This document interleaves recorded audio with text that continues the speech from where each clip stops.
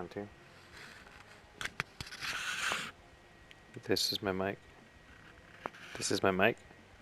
Oh, too loud. What's wrong with the music? Okay, check 1, 2. Check 1, 2. Crap. Oh, there we go. Daily study sessions. Day 2. Saturday. Late start. It's 5 o'clock. Central Standard Time here. PM. I hope I'm not too quiet at my girlfriend's house. So, I'm going to be speaking a little quieter. You might hear noises, people talking, dog barking. But, let's get started. I've got to turn off my headphone monitor. Yeah, so, if you don't know what's going on, it's a daily study session.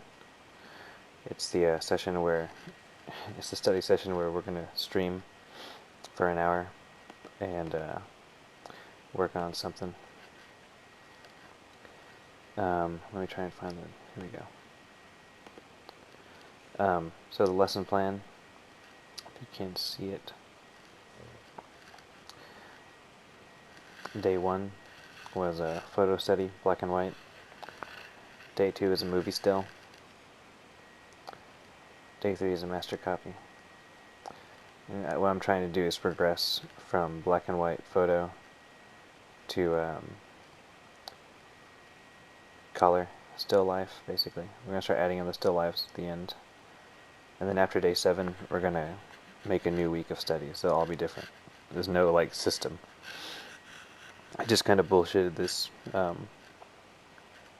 this 7-day system just for the sake of getting something done real quick.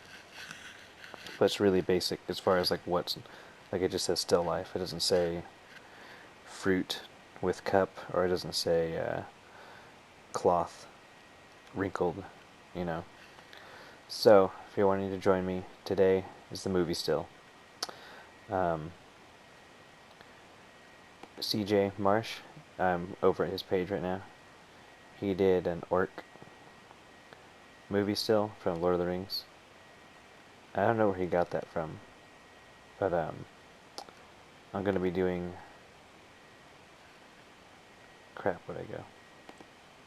I'm going to be working on this 2001 Space Odyssey still. And, excuse me. One of the reasons that I chose this one was because I kind of saw it and thought to myself that it's going to be kind of hard to draw. There's lots of stuff going on in it, and it's going to be kind of annoying. So I went ahead and went with this one, because that's kind of the mindset you want when you're choosing a photo to practice from. It's got some good lighting, it's got different elements, it's got organic elements, it's got non-organic, it's got different colors, it's got a nice composition going on. But basically, I'm going to be working on this for an hour. I might not get as much done as I did with the plaster cast one, because I will be working in color. And there's a method that I use that I'll talk about as I go. So I'm going to keep talking this whole time and explain what I'm thinking about, so you can follow along and get a chance to study along with me. If you want to know where I found this image, I'll tell you right now. It's crap, too big. There we go. I just Google searched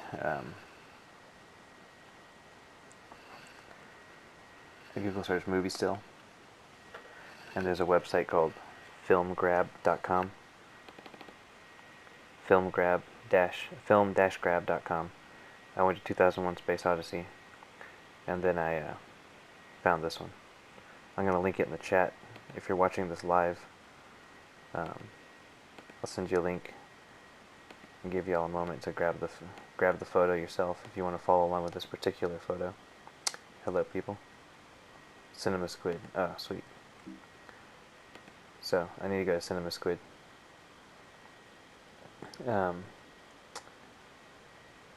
Here's mine for now, and I'll probably, the next time we do a movie still, I'll go back and do the one that CJ did, because I like that one. I just didn't know where it was, but we'll get started with this one just because this one looks like it's going to be pretty annoying to try and do. Annoying in a good way. Okay, so this one's going to be a little different. It's in color, and I'm going to be stopping a lot to I'm going to be stopping a lot in order to kind of double check my color palette as I'm working. Real quickly, if you don't know who the hell I am or why you're listening to this, I'm Miguel Coronado. I live in Austin, Texas. You can find my work at www.mciii.net. I'm on YouTube, Mike086. I'm on Facebook, facebook.com/IIIMCIII. I do critiques and paintovers, but more recently I'm doing a daily study group stream with CJ Marsh, and there's a couple other guys. Artist named Carlton Tomlin has joined on with CJ and I. He's one of the moderators on our study group document. If you go to the Crimson Daggers forum and find the thread, it's under the Crimson Daggers study group partner group dailies, and then it's called the Daily Study Group. And you can find links to CJ's live stream, my live stream. Well, if you're watching this, then you clearly know where to go for mine. But CJ's is linked there. The daily lesson plan is linked. You can't edit that. That's only available to our moderators, which there's about 4 of us. But you can view it and you can add comments to it. So what I encourage you to do, if you see something, if you want to kind of like follow along, and at one point you decide you just need to try something else, you could suggest study ideas or resources on that Google document, and we'll incorporate that into the document. We just don't want redundancies, and we don't want someone to come in and delete everything. But anyway, I have a photo study board on Pinterest that I'll be using for my cast drawings and statue drawings. When it comes to still lifes, though, which are coming up in a few more days, it's kind of a whatever you got, you know. Later on for the still life sessions, we'll kind of give some requirements out, like 1 piece of fruit, 1 piece of cloth, or something. Kind of do things in threes. Anyway, if you go to this thread, you can see our past sessions. You can click on the links and figure out where the videos are and follow along with our videos. And more importantly, you can post your own images and your own videos. That way, if anyone else wants to follow along with your video, they have a place to go and find it. So anyway, I linked this forum, this thread, and the chat. But this is all part of the Crimson Daggers group. So anyway, let's get started. I'm going to set my timer for an hour, and like I said before, later on we'll do some longer study sessions. I'll do some like 2-hour ones, or specifically 2-hour ones, specifically some even longer sessions, multi-day sessions where we'll be returning to the same subject for a couple days and getting a couple hours, like 4 or 6 hours, maybe 8 hours, and just kind of like really hashing out everything. The hour study group, the reason I'm chosen hour is because it's kind of easy for everyone to donate an hour of their day, whether it's before bed or right in the morning or during lunch. You can just take a break, work for an hour, do quick practice, follow along with one of these videos, and then excuse me, and then get your study in. And then if you can't make a certain time slot, there's multiple people streaming at different times, and it's just a great way for you to be able to follow along and feel like you're actively participating with a live session. Or you can join in the live sessions. Later on, I'll try and get a regular schedule so people can actually come in at a certain time every day, standard regular time. Right now, it's hard for me to keep a regular schedule, but within within a few weeks, I'll be able to do that. So basically, that's coming, and it'll probably be something like 9 o'clock every day, Central Standard Time. That way we can really get a good schedule going, and then like really get people to join in on a regular basis live, and then if you miss it, you could just watch the video from the day later on and follow along. Okay, so this is a lot like I shouldn't have closed that. This is a lot like the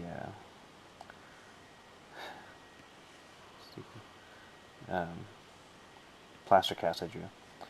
Let me get started. I'm going to start my timer. So, let me not start my timer.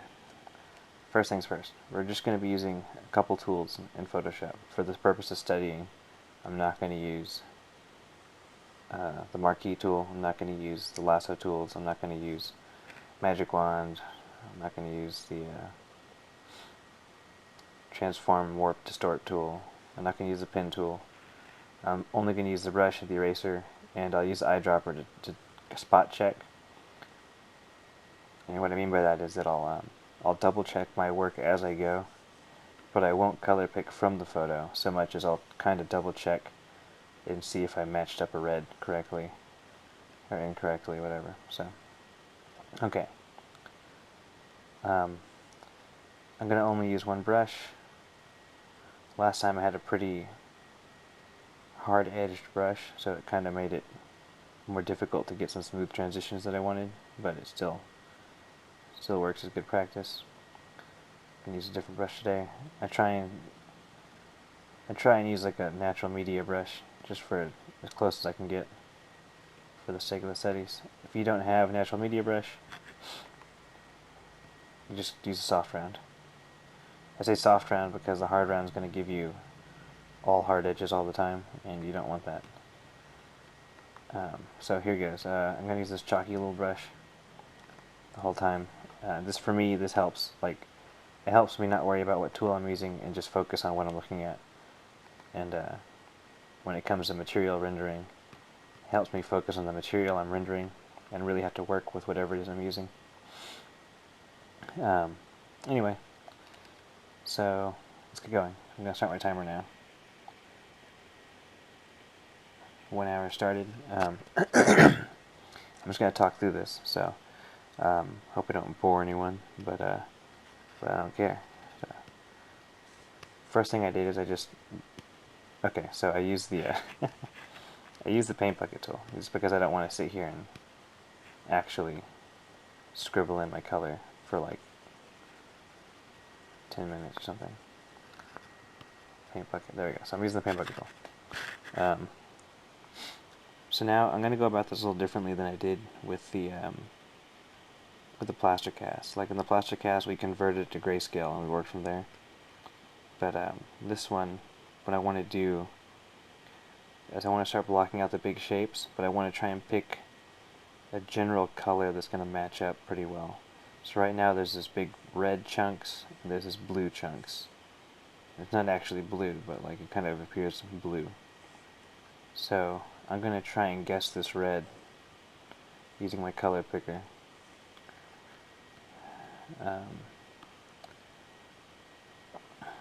What I'm trying not to do is I'm trying not to like do this where I actually overlay the red, and right now the red actually looks pretty close. Looks almost exact, but ideally keep it over here to the side and color pick from here and try and get your eyes to focus on matching that color. So let's just mess it up a little bit. It's red. looks about to be this value. If you look at the B symbol is your white.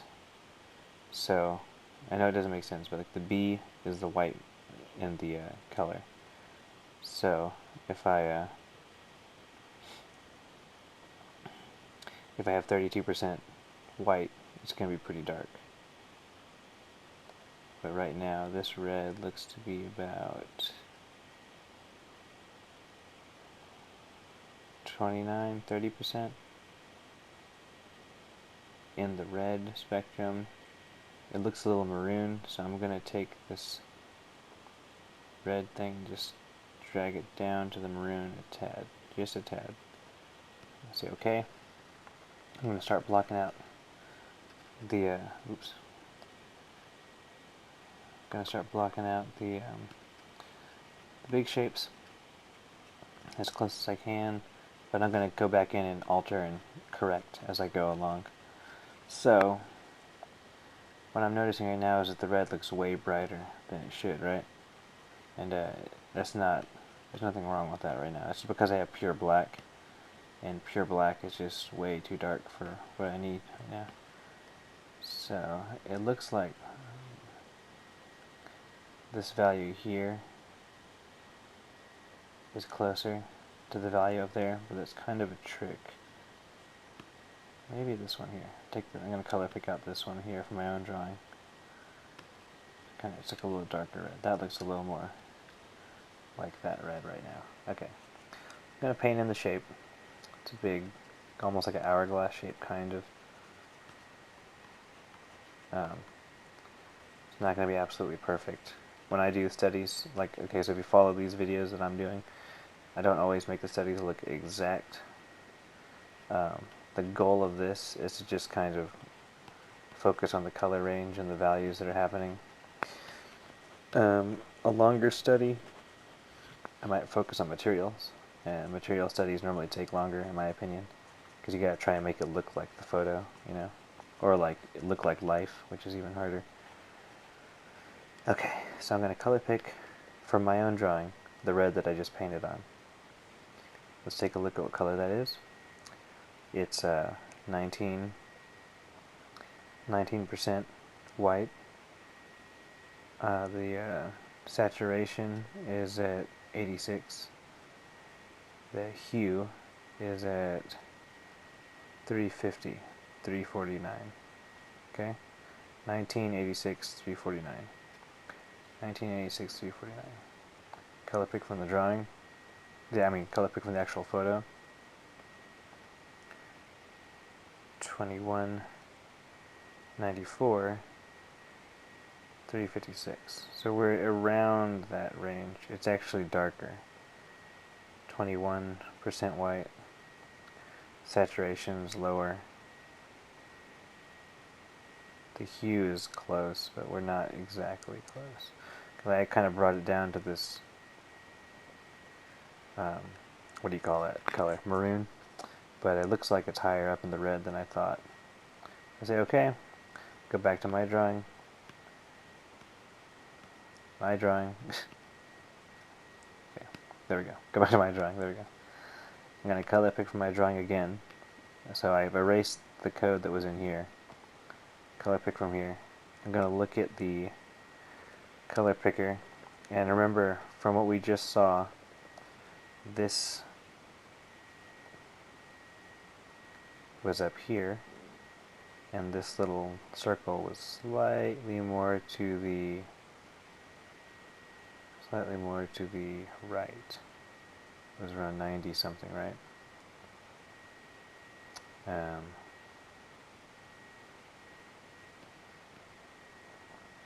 This seems to be just not showing up anymore, so I don't know what's up with that, but this looks closer to what the color was from the photo. So I'm going to go ahead and use that color, paint that in. This process is going to be a lot slower than it was the other day. And if I wasn't talking so much and explaining everything, I would be a lot faster at this, but I kind of want to explain the thought process to y'all. Okay, now I'm going to kind of get this light blue color in the photo, and I'm going to paint in that oval with just the light blue color. And I'm going to come in with these other colors and put those in later. But so this light blue, I'm going to guess it looks like it's somewhere around here, somewhere in this range as far as like the hue, and then as far as the actual value and the saturation, somewhere right around here. That's my guess. It's my guess, but it's like my informed guess, right? So I might be a little off, but still. There we go. Say OK. It's at 75% white, 26% saturation, 200% hue. I'm going to disregard this number because it didn't show up the last time. But as far as what we're doing here,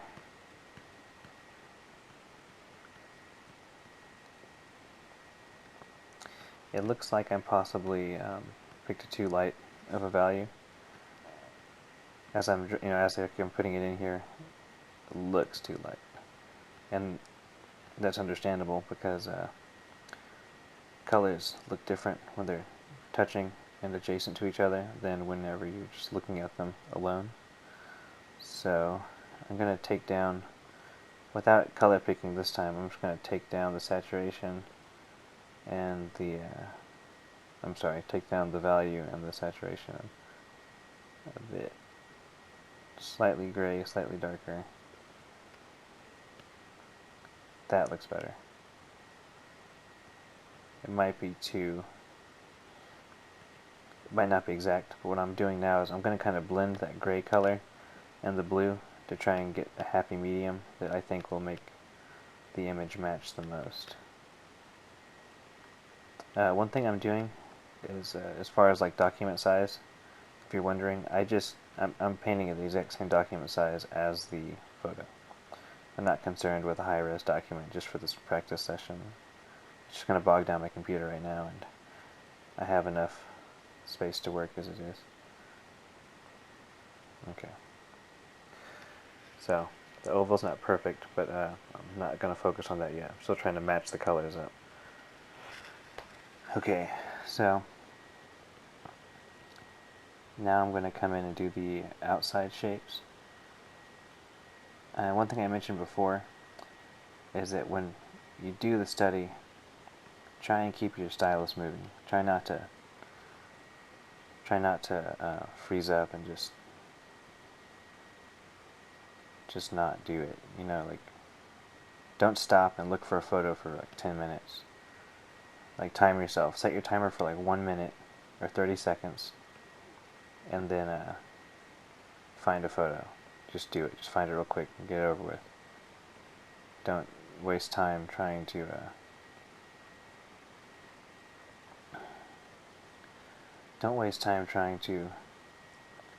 find the perfect photo. And keep in mind that typically the perfect photo is going to be like one that's hard for you to do. It's going to be like one that's kind of annoying. Like, you're going to see it and go, ugh, it's going to take forever. Or you're going to say, oh, it's so complicated with its details or something. And the moment you feel that, ugh, like, I don't want to do that, you should probably do it. You should probably get that experience out of the way. It's kind of like a Band-Aid thing where, like, if I cringed at this photo when I first saw it because I was thinking, oh my god, there's like a ton of stuff going on and it's going to take a while.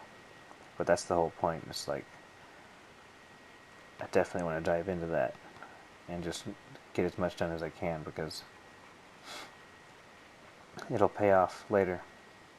There was another photo from 2001: Space Odyssey that I really liked that I was going to pick out, and it was like a dude's face, had really dramatic lighting.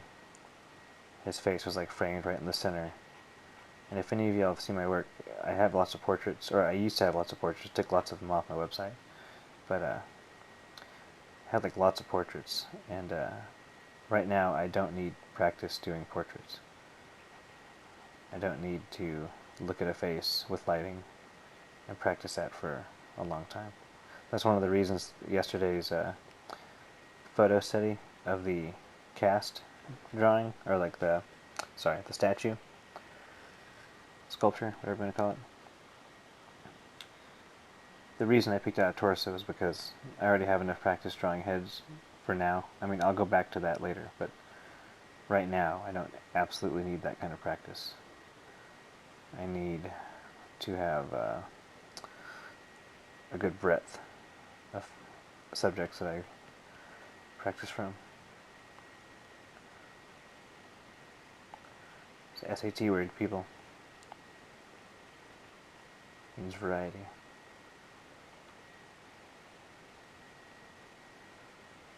So, crap.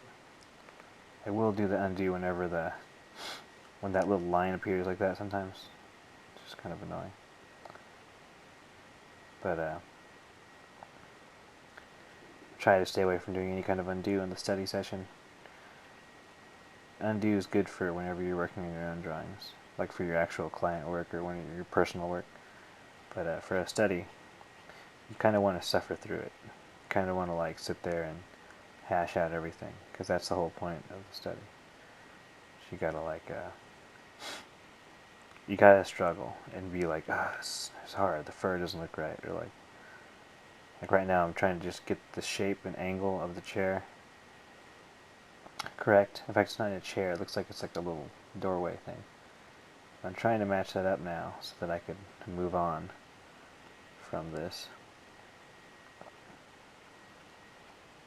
And I'm spending a lot of time here, because I only got an hour. So the way I see it is that if I spend a lot of time on this chair, the hallway thing, if I don't get to the other one, at least I got some practice on this one. And then I can focus on, like, you know, adding in the figures and such. It's not really much of a figure, it's more just like their heads leaning over, but try and match up that line, try and get your hand to move straight. Try not to feel compelled to take out the pen tool or anything, or the polygonal lasso. If it were, like I said before, if it were a client piece or my own personal work, I'd totally just lasso that out. There's no reason to sit here and struggle when you have like you have life to live and stuff to do, and you're not gonna sit there and just struggle with it. You gotta be smart about working when you're working for professional purposes.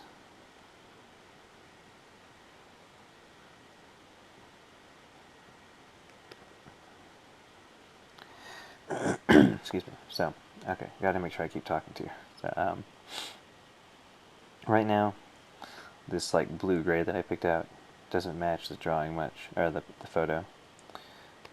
It looks like the photo has slightly more saturation right before it gets to this hot spot of the highlight. So, I'm going to kind of add that in. A little more saturation, a little higher up on the value. Just come in here and work that in. Oh, well, that's the wrong color completely. Select the wrong color. Okay, try that again. We're going to go right for saturation and up for some value change. Now, there we go.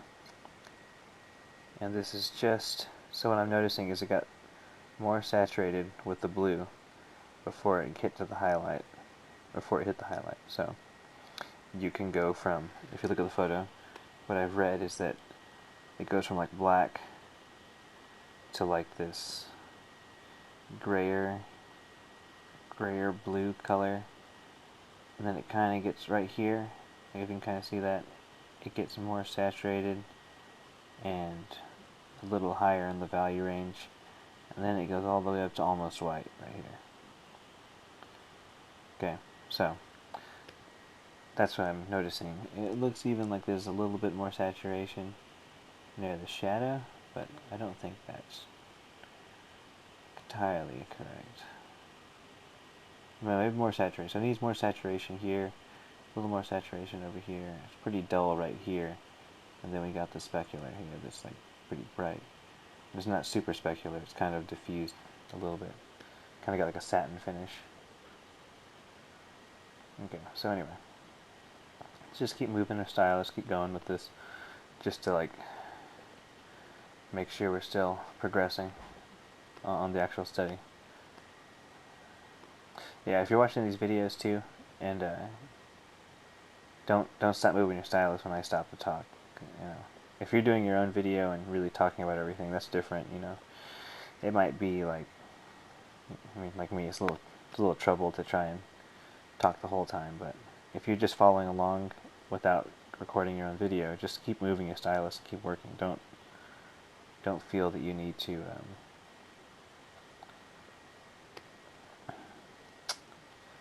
Don't feel that you need to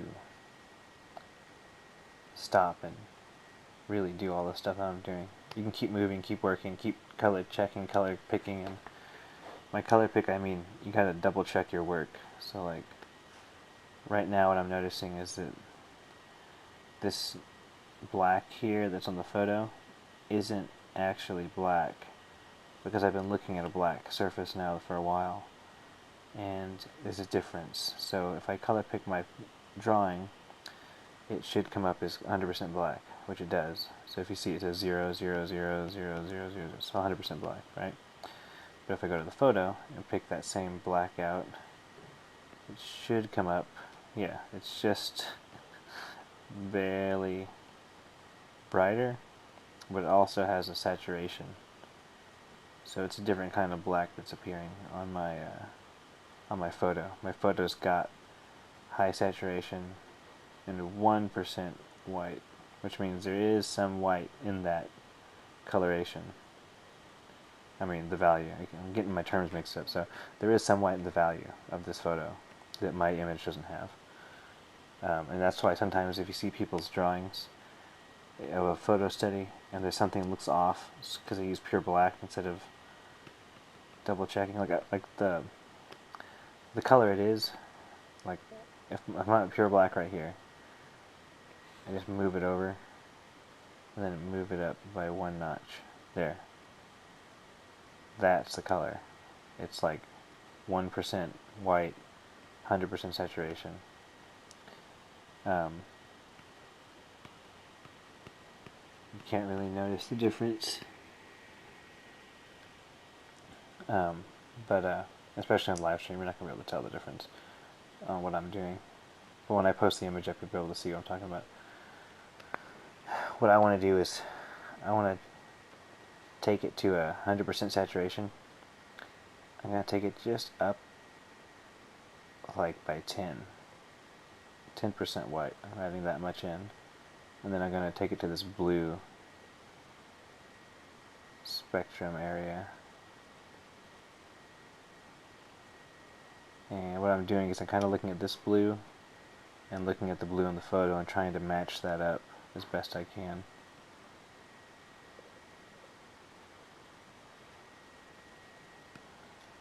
So right now I've got this not black, it's 10% white mixed in, so it's no longer pure black. And what it's going to do is it's going to bring out the flatness that the black's causing. I'm lightly doing it too, so like it's kind of what I'm doing is I'm painting in like a mix of this really dark value with the black. So it's not pure black, it's not pure color that I picked out, just like a blend of both. Go through here. I'm going to kind of hurry up along now because my hour is dwindling. Excuse me. I got to block out more of this image. But there's some bounce light coming from something. It looks more yellow. So I'm going to take some yellow. It looks like that. What I do is typically I like to make the values slightly higher or lower, because right now my pin pressure is set to opacity, or my opacity set to the pen pressure, so like when I do make a stroke, it's not 100% the color that I picked. It's a variation of that color. Like I'm not pressing 100%, which should be that. I'm kind of lightly brushing in this other color. That's just how I work normally. I always have my opacity set to pin pressure. I'll take this other color and blend it back out. Try and find a good approximation of what that photo is doing, what the light in the photo is doing.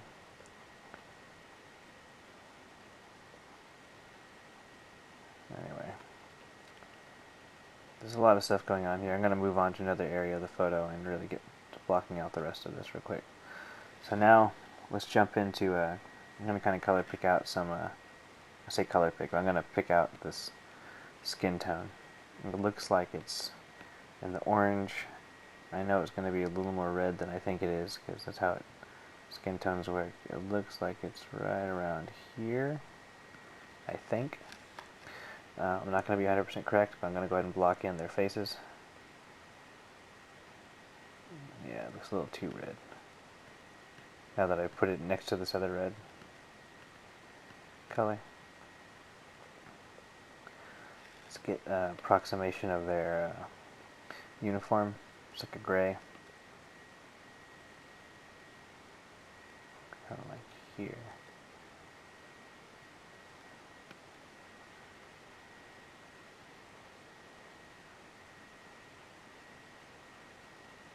Okay, so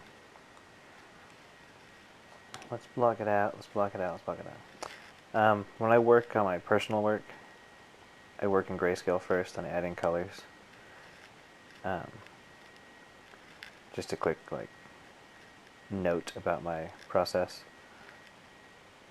And the reason I'm saying that is because what I'm doing now with the study is completely not what I do normally.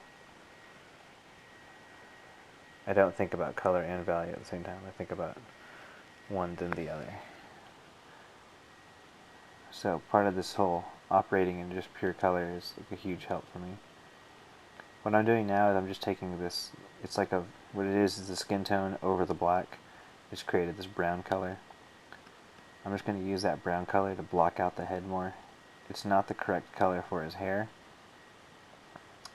but what it is it's a tone and value that I could just throw in as a placeholder. It looks like his hair is a lot darker. It looks like it's almost black looking. But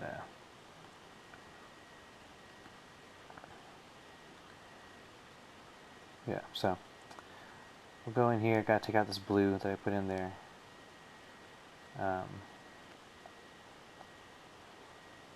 I'm color picking the skin as I go along and just kind of blocking out more shapes. So every now and then you'll just see me color pick out for my own drawing and continue with that tone or that value. Keep working.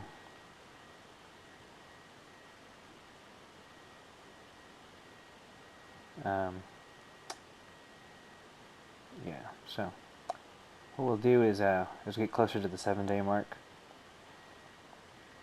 Try and pick up what other people are. I mean, right now it's only the first week, so I doubt there's many people that are going to have like an opinion on what we're studying.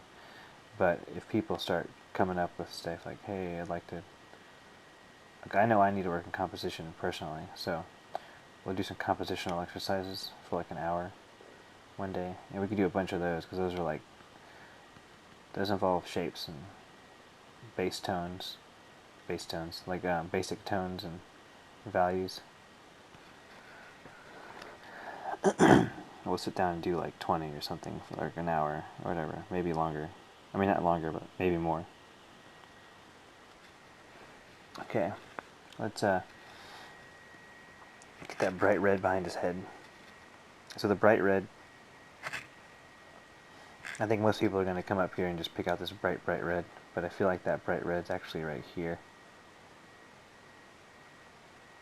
Like, I think it's a lot less saturated and bright than most people think, because every time I put a color down on the black canvas, it's come up brighter and more saturated than I thought it was. So I'm going to take that into consideration and put in this red here now behind his head. It looks like his head's blocking whatever's back there. I don't think I was close. I was closer with this one. I think I still could go a little brighter, but I was closer than I've been with my other colors. Like in relationship to these values and these hues, this red looks like it's matching up. So, if you notice in this, let me zoom in for you on this image. In this photo, there's actually 2 tones of red. It looks like I picked out this one fairly close to the color I had here in my own drawing. So actually if I color pick from the photo, this red, and I go to my drawing, come on, oh my god, okay, if I color pick from this photo, and then I, let's just not do that, take a look at it, it's a 74% value, 100% saturation. So it's at the 74, remember, that's the white in the color, in the value. So 74% white with 100% saturation. Okay, go back to my drawing. Look, still a little off, because I mean you saw me color pick it before. So actually I'm pretty off. So what I'm going to do is throw in my color closer. It said 74% with 100% saturation. Right now this is 77. I'll probably go up to 82, 83, because I gotta make this brighter tone behind it. And I'll paint that in real quick. You know? Okay. Let's go back to this little color here, cut into that shape.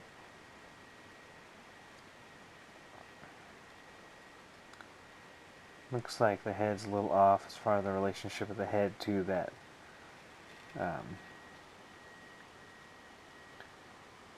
wall thing, whatever it is. I'm going to try and keep my image at 100% when I work. I don't normally zoom in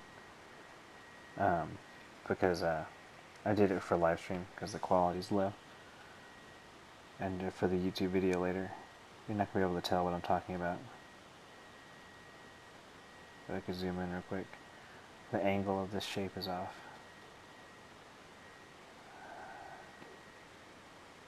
And typically you want to keep your actual drawing at 100%. Kind of make them match up. That way you're focusing on like the values. Well, it's a different thing. So like if I have it small, part of the study is that I'm focusing on spatial relationships from a photo to my own drawing, which would translate to real life, you know, like spatial relationship in life.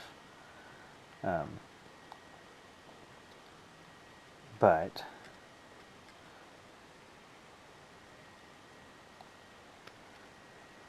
what was I saying?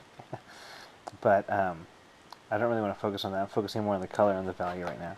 So I'm not going to focus too much on spatial relationships because it's just not something I'm studying today, really. Like, it's not a big concern for me today. Another day, though, I'll do a study from a photo and have my canvas zoomed out with the photo zoomed in. That way you can like practice scaling things, you know, because that's how you kind of draw in life anyway. In life you always have a bigger subject than the actual drawing, you know, unless you're drawing a life-size drawing of somebody, in which case you get a big piece of paper or a big canvas if you're painting. Anyway, let's move on to this other part of the image. I haven't even touched this other side, so we got to get over there and work with it for a bit. Let me expand my canvas just so I can kind of see what's going on. I'm sorry, expand my window. Mixing up my terms is going to confuse people, I feel like. So, what I am going to do is I'm not going to go through and color pick from scratch. I'm going to use the colors on this side and block out the shapes. So I'll start with this other guy's head. His head's somewhere in this area, and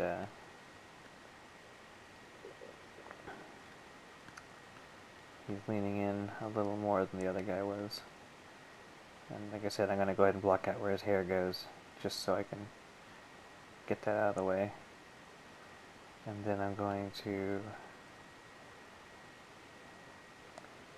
take the cloth over here and block out where his uniform is.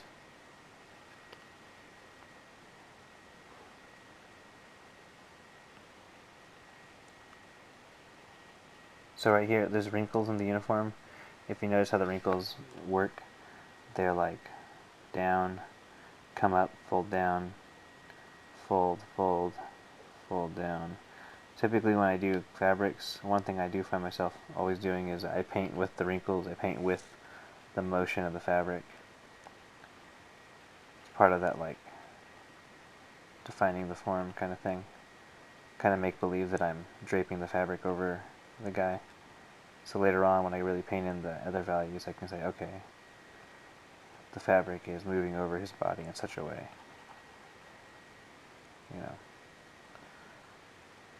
Let me take this, like, what it looks like this is somewhere in the tone of this chair, which is still off from the photo. Like I can see that, but I can't stay so focused on this one corner right now because I got to block out the rest of the image. But somewhere in this tone and this hue is the right value for the colors inside this little oval. It looks like they kind of match. It looks like this color here is the same as like one of this colors out here in the gradient. It looks like it. Anyway, I'll just do it. Put it in. So I'm not holding shift to draw anything either. I almost did it just now on accident, but I'm trying to practice my motor dexterity. So like to hold shift and just draw a straight line would be really helpful if I'm doing a personal piece or an actual client work where I just need to get it done. But it doesn't help me right now. It just doesn't. Like I know there's probably an argument that's like, oh, you should whatever, just hold a shift or whatever, but I want to get that motor dexterity practiced. I want to have that muscle memory in my hand. Oops. Okay, oh, whatever, I'm just going to paint over it. Don't want to not benefit from the natural practice I'm going to get from just making the stroke with my hand versus holding shift or some kind of like pen assist, like where it corrects the line. I don't want that. It's not going to help. It doesn't help. Not for a study. Not for a drawing either. I would hate for a program to assist my stroke. Like, I'd feel like the computer trying to second guess my own actions, which would be frustrating beyond belief. Because I'm pretty sure there's a program out there that allows the program will kind of correct your stroke if you have a certain feature turned on. They had it on like Flash, Adobe Flash for a while, and it was the most infuriating thing because like it just smoothed everything out so everything looked the same. I didn't like it. But that was before I only used Flash when I was like in high school, and that was only like briefly. Take this red from the background and just block in the shapes. There's like a spaceman back here. A spacesuit, not a spaceman.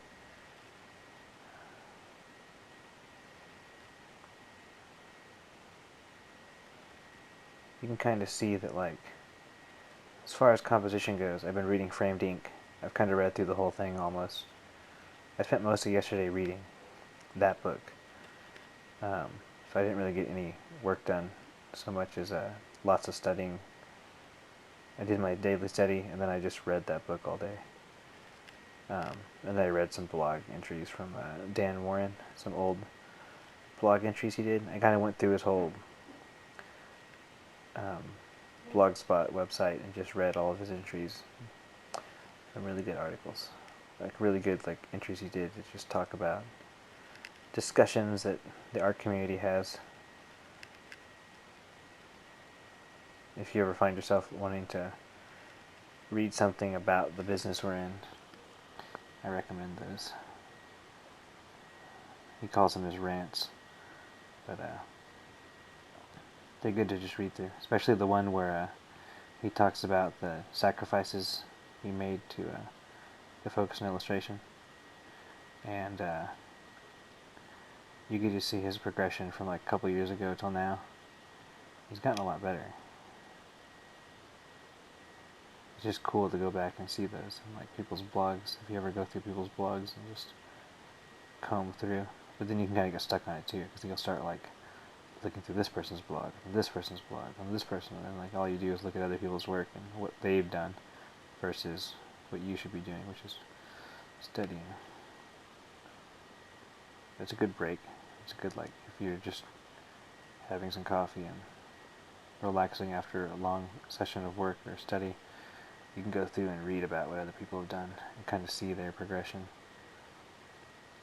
Excuse me.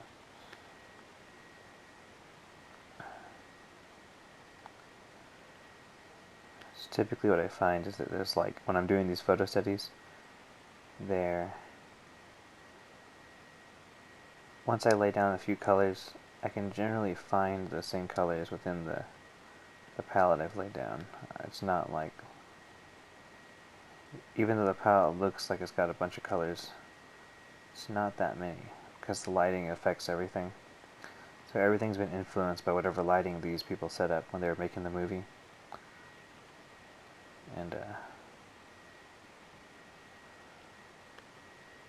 yeah, so one thing you need to know about Stanley Kubrick too is that he composed all of his shots very, very specifically, very methodically, and like he picked out the camera lenses himself. Only directors that come from a photography background really do that. Most of the time they trust their DP to go in and make those decisions. But Stanley Kubrick was a photographer originally, so all of his scenes and shots are heavily composed and thought about like thoroughly. So if we talk about, let's talk about quickly what we mentioned in Framed Ink.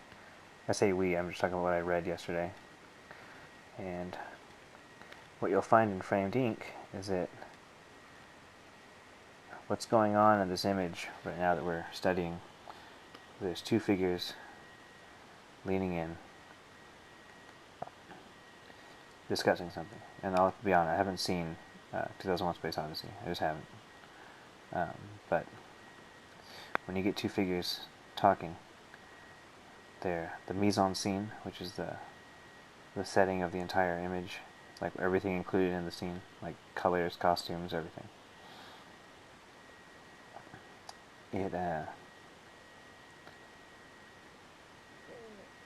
What it does is it informs the story, right? So like my cold read of this image, and I don't know if you've seen the movie or not, if anyone's watching this. I'll watch it at some point. I just haven't. You gotta sit down and actually watch the movie. You can't just casually watch it. Right now I'm drawing so much I can't just sit down and focus on that movie right now. So basically, two people are talking. This is what I'm gathering from what I read yesterday and like this image I'm working on today. Two characters are talking in a setting, and they've got these shapes interrupting. The shape is interrupting their conversation. And psychologically, when there's two people facing each other, there's a visual language that's being developed, and that visual language says, like, these two people are connecting right now, right? They're looking at each other, or he's looking at this guy's looking down.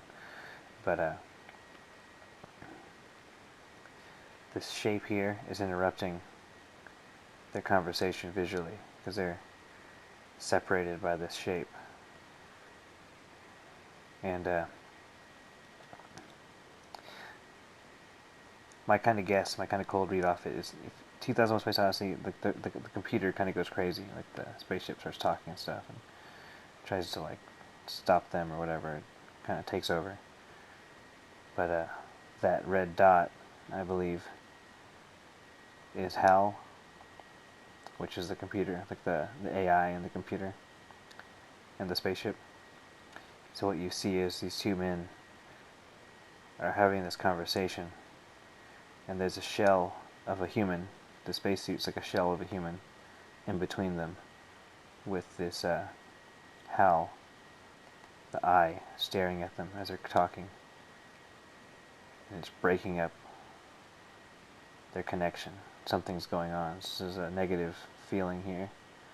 The way this actor looks, he's clearly looks like he's trying to tell a secret. Or he's telling, like, he's concerned, something concerning to this other guy. So this man here is putting things together in his mind. He's thinking about, like, whatever this guy just said. He's kind of like, thinking about it. That's what I'm reading off of this. Remember, I've never seen the movie before, so I might be completely wrong. But if I kind of listen in to, like, what Frame Dink told me, I gotta jump back quick. I just made a huge Photoshop, just glitched out and made a big line I don't want. If we follow kind of what's going on in the scene visually, we can get an idea of the story without knowing it. And I've heard about 2001 Space Odyssey, so I kind of know the story. And this looks like it's matching up a bit. It looks like it's kind of invoking that sense of what's going on in the movie. Just because the guys are like so concerned, it seems like something's wrong. And it looks like they're whispering to each other, like they're trying to not be noticed by this looming computer thing that's just there, watching them. Okay, so what I might do, I'm probably going to post this as a work in progress study, and then I'll go back and maybe not, I don't know. I'm learning a lot from this, kind of inferring certain things. As far as value and color are concerned, I've picked up a bunch of stuff already, but still life will be something that'll help out a lot later on. That'll be a little fun day to work on that.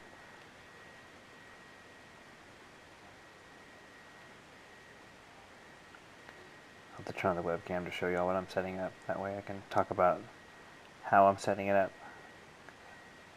There's ways to set up that kind of stuff. Excuse me. There's like smarter ways to do it.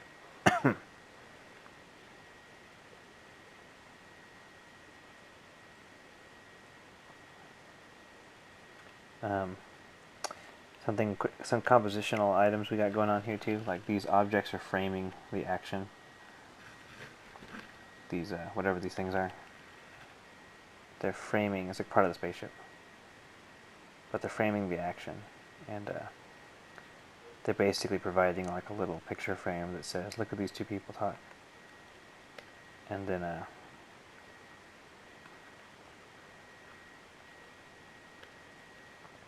they're also providing architectural lines that are leading you into the scene to focus on not only the conversation of these two guys, but this thing that they're inadvertently looking at. So like this guy here in in the photo he's kind of looking down, and actually it looks like, let me just do something real quick. I'm gonna take the polygonal lasso tool and just make a line from his eye. He's looking down here, but it's almost, his gaze is leading you right to the little red dot here. And this guy, I mean, he's talking to this guy here, but what they're doing is they're kind of creating this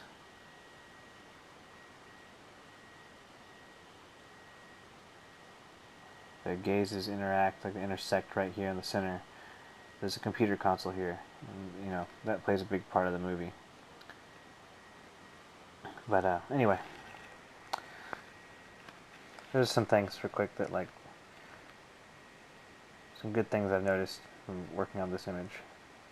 These lines, and all these lines here, the architectural lines, are just pointing you, like, to look at the action, including all the lights on the, like, the board.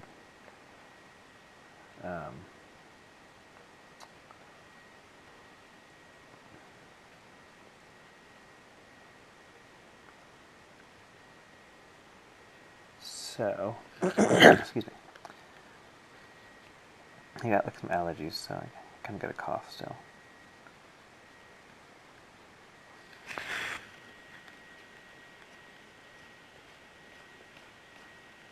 Okay. I'm not going to get as far as I did on the other one. The other one being the black and white. It was like one subject, and it's just easier to do. Looks like I'm off as far as the positioning of these guys. Probably because I've been cutting off my image down here. But I'm going to do this number, which is probably something I should have done a while back. I close this document. I'm going to open it up on this.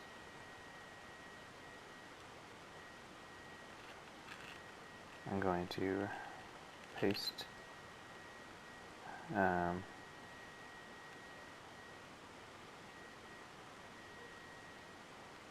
we go. I'm going to open the crop tool up. I'm just going to double the size of this. Actually, this is how I used to do this photo, so I don't know why I didn't do this earlier, but whatever. There we go.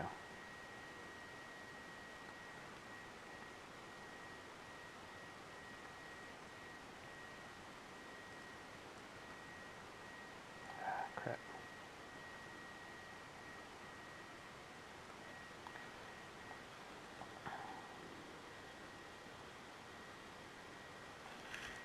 Okay, so whatever. It's not 100% perfect, but it works. Yeah, I can just keep it open. So, it's probably a way better thing I should have done earlier, but there we go. Yeah. Just so I could see the rest of it. Anyway, so yeah, these dudes are all completely off. What I've done is I've kind of zoomed in on the image.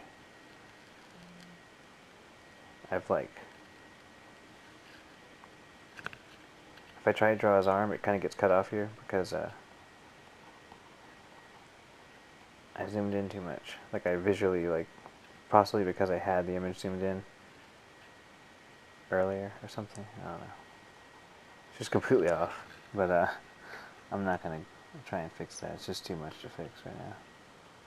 I'm gonna spend the rest of the time fixing it if I do that.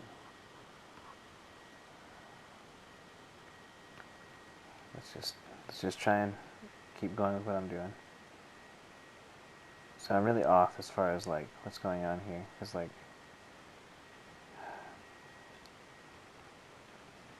anyway, that should be like right here, and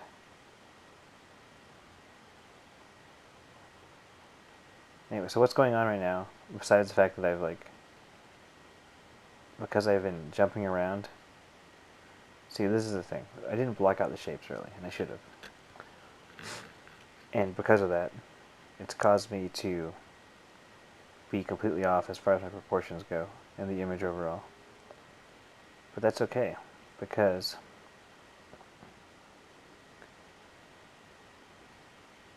I know what I did wrong, and some of the stuff I was focusing on, which was like getting the lights and the colors to match correctly, have still paid off. So the study has still taught me something. I should probably work on this for another hour, but I really need to work on my actual work, my personal work. I'm making a new piece for my portfolio. So I need to do that work and not sit here and do this forever.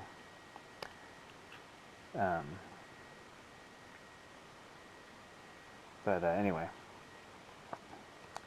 you can see what the error in not blocking out your image early on.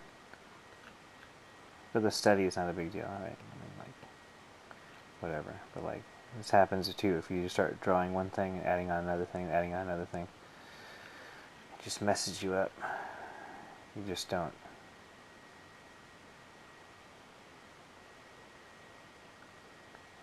You just don't have it, your image looking the right way, and a bunch of things will be proportionally off. But part of the reason we're doing the studies on live stream like this is that y'all can actively see how this happened and learn from that yourself. If you followed along too much, you might actually have made the same mistake I did. But hopefully y'all walk away from this video, or your desk still, but hopefully you get away from this video and having learned something. Whether it's from what I said or from your active participation. I'll probably go over an hour by just a little bit, just because I do want to block in the rest of the image. So I will do that.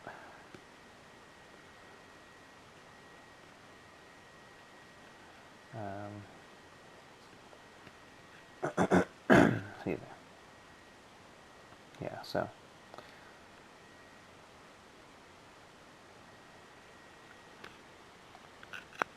Yeah, so the oval, everything's off proportionally. I should have focused on blocking out the big shapes early on. I started moving on to different things, and part of it was explaining, but part of it's me making an excuse. Like, me saying that's kind of making an excuse. But I still picked up a lot from this.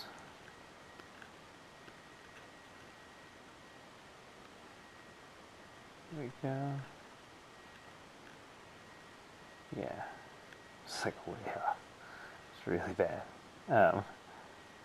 But whatever. Fuck it. It's a study. Your study's not supposed to be good. You're not supposed to be, like, gorgeous. You're supposed to have struggled with them and, like, learned a lot. I mean, if you spend a lot of time on it, if I spend a couple more hours on this, it's going to look a lot better. I'll fix everything. But I don't want to spend a few more hours on this. Like, it's 2 hours or an hour I could spend on, like, a personal drawing. If this were like a year ago or 2 years ago, I'd spend another few hours on this just trying to fix it, make it look correct. Anyway, you get what's going on here, though. All these elements in the set. The lens that Stanley Kubrick chose to shoot to shoot the scene in was picked out strategically because it allowed for the lines in the set to line up with his focal point, with his, like, with the story focal point, not like, while you're still looking at the people, your attention is being drawn to that circle in the middle, you know, as you go through and read the image.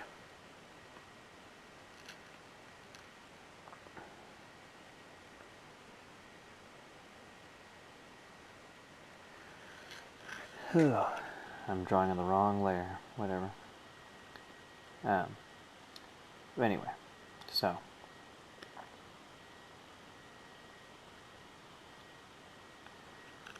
yeah, that's this is like so off. This gap is completely off. Maybe it's just the circle that's off, actually. No, this guy is too big too.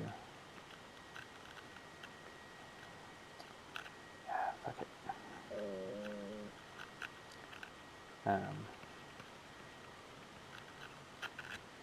Going in here and just gonna resize this a bit. It's not gonna be 100% correct, but I'd rather get that stuff at the top to show a little bit versus making it that off. Like, I just don't want it to look that off.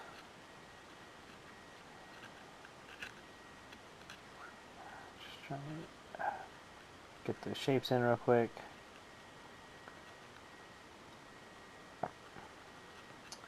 Okay, so here we go. This guy's head. So what I'm seeing here is the distance of their head to this top circle is completely off, like really bad. But whatever, you know. So I say whatever because it would take time to fix it, and I want to actually draw. It's digitally paint. I don't really want to say paint because I don't feel like it's painting to me. I never painted. I always drew. So what I'd like to do is actually work on my own stuff a little bit.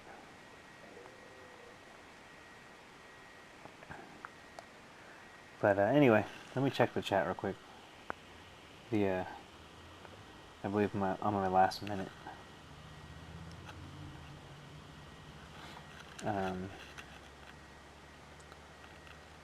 Yeah, so if you've been watching, a bunch of issues going on with this, but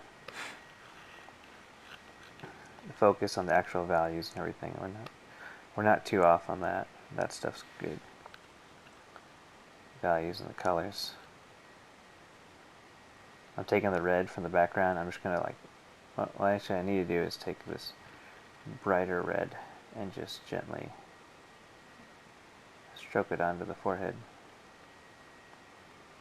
Color pick that middle tone that I just created, and then take the skin tone and kind of blend in and get there's red reflecting off his forehead from the fact that he's in like a giant red room, and it's off of his face, and it's right here near his eyes. You can kind of see how that works.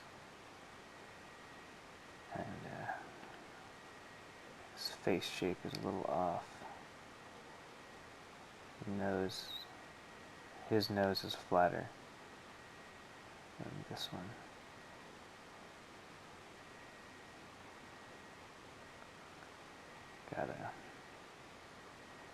There we go. And his chin goes further back.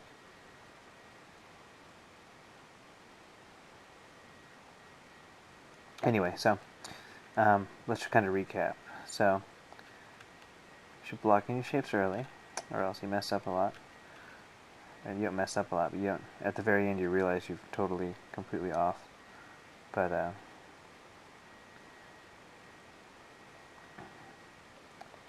basically, what I'm trying to say is blocking your shapes early, you don't make this mistake. Yeah, I'll do that next time, but whatever. I'm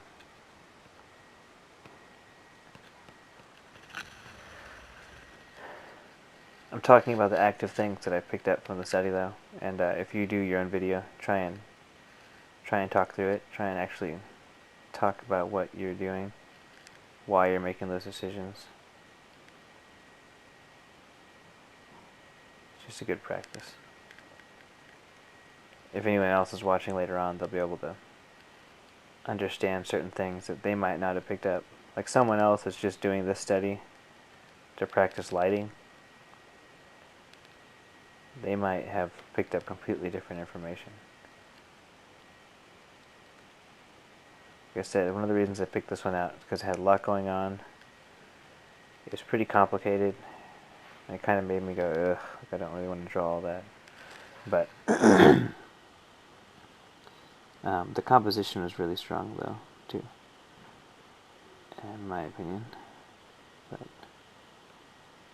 composition is really great to work with for this particular image, and that's something I'm trying to practice, the composition of storytelling. And this image stood out to me a lot because of the framed ink book that I just read. I didn't read all of it. There's like the last 2 sections I haven't read yet, and those deal with graphic novels, but I'll read those in a little bit, actually, probably tonight. But this scene just stood out from that book, like 2 people talking, and like, why are they separated by this object?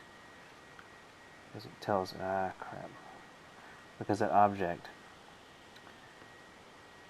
is a conflict. It's like something that's breaking up the humanity. Their mission, it's like they're sitting here discussing it, just like this thing just looming, just there watching them. This whole idea that there's an empty spacesuit too, it's like a literal, like a person's just sitting there watching them, even though it's not a real person. Then you got that red dot. So that's the other thing too. So what you kind of notice is a red dot here, and you've got the red dot above his head looking over his shoulder, and this red here looking over his shoulder. And that red light, this red, it's kind of an oppressive color, but it's also like literally over the guy's shoulder looking down. Same here. So that's something that, all that's there on purpose. That's all really good information to read and see. You see how he's used the composition to tell that bit of information. It just works out better.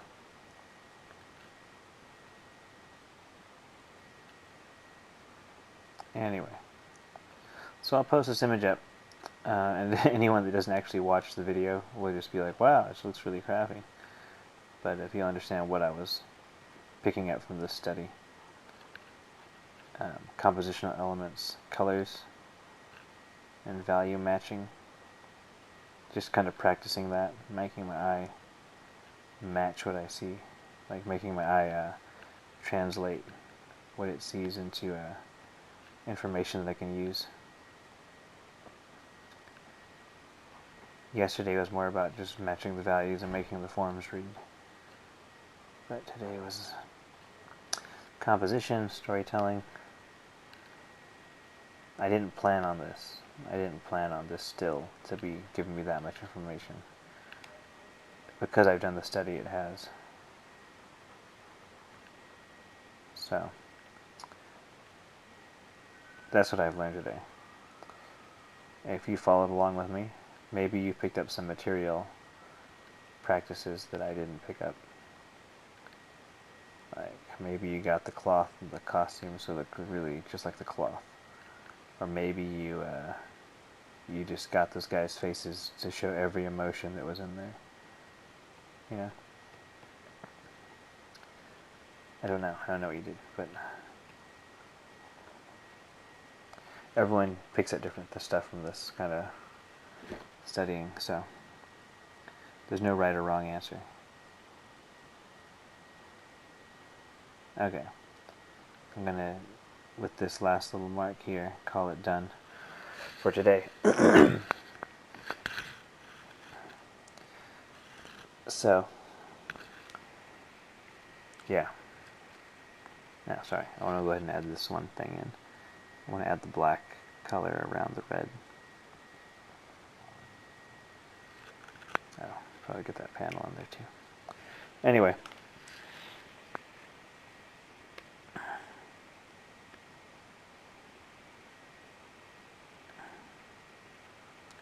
Storytelling composition.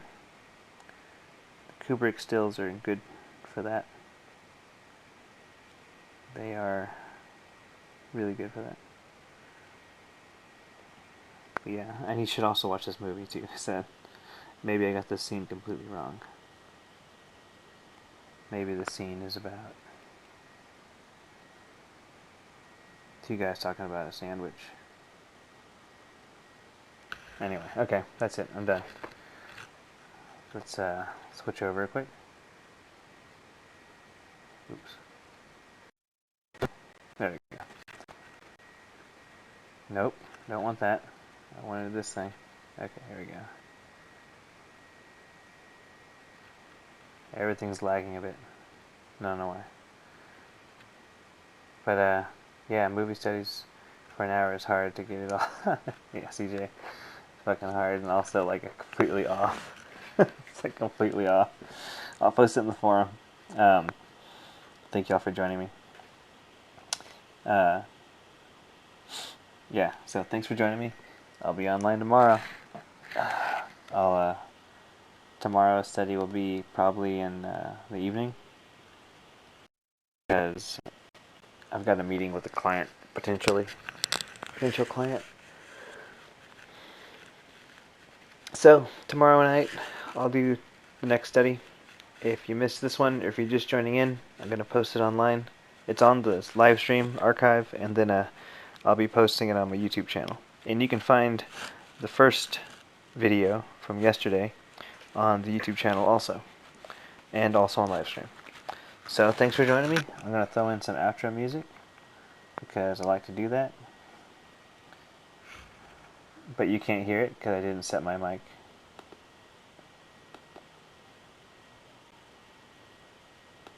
Cool, CJ. Yeah, I want to get to doing it in the morning later.